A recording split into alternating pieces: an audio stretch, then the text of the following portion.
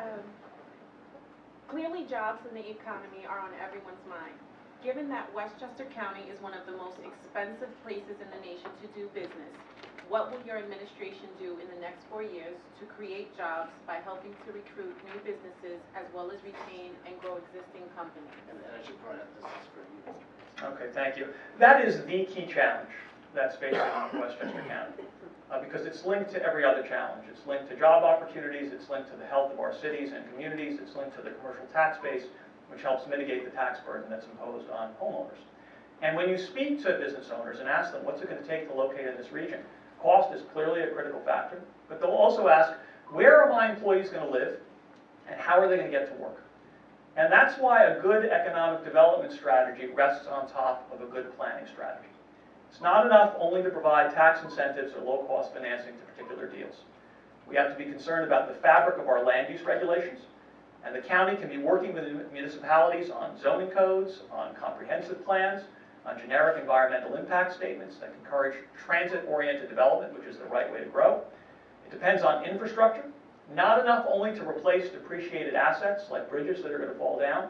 We have to make strategic investments that can unlock the economic potential of particular locations, instead of having a backlog of hundreds of millions of dollars of infrastructure needs that are not moving forward and restraining economic growth. And we have to be thinking about the skills that our young employees and potential employees have. Are they able to seize the jobs of the future and serve as magnets for the jobs of the future? And unless we're addressing all of those things in a thoughtful, forward-looking way, we don't have an economic strategy. And I think it's critical that we get one right away. Okay, Mr. Astorino, your turn to respond to the question and rebut the Sure. comments. Well, let's go back again 4 years ago. Prior to us getting in, this county shed 10,000 private sector jobs. In the 4 years since we've been here, 27,000 new private sector jobs have been created in this county. We don't take credit for all those in any way, but that means that businesses are seeing that Westchester is a bright spot again. It's a place to actually settle down, do business, create jobs, expand, or stay here when they were thinking of leaving. One of the first problems I had to deal with when I got into office was PepsiCo. PepsiCo was ready to leave. They were ready to go to Plano, Texas. And we stepped in, met with senior executives, and we also lobbied very strongly against the sugar tax that was proposed by Governor Patterson, which was the last straw for Pepsi. We met with senior executives, we met with New York State, and together, through our IDA, we put together a comprehensive package that kept PepsiCo here.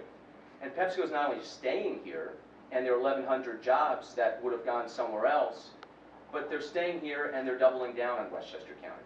They're knocking down, literally knocking down their complex, building a whole new one at $250 million investment, 1,100 construction jobs, the trades going back to work.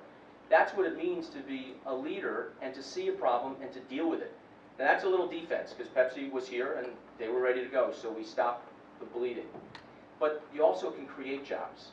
And I want to tell you a little bit about Jim and Darlene White of Mount Vernon, who I met at a March of Dimes walk. They came up to me and they had a struggling small business out of their homes, supplies they deal with. And they said, it's just off the chance, is there any way that the county can help?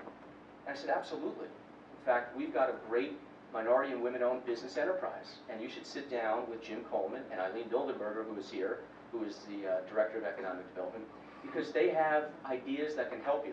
Job training, seminars, and incentives for small businesses. They took advantage of that, and their sales this year are up 43% as compared to last year. That's by reaching out. Okay, and follow-up if you choose, Mr. Bramson. We've got 6 million square feet of vacant office space in Westchester County. We have extraordinary brain drain, the generation between 25 and 45 that's leaving the region in droves. That is our future.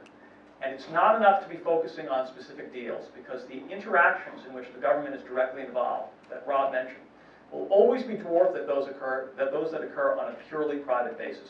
So we have to have a broader vision that encompasses the things I mentioned earlier. And just to give you an example of the kind of dereliction of duty that's occurred in recent years, the county used to be able to assist municipalities with modeling the expansion associated with the zoning code. There's literally no one in the planning department right now who knows how to operate the software. And that represents a missed opportunity for the county to partner with municipalities in order to promote the right kind of growth. We need to change that. Okay, maybe we can come back to that.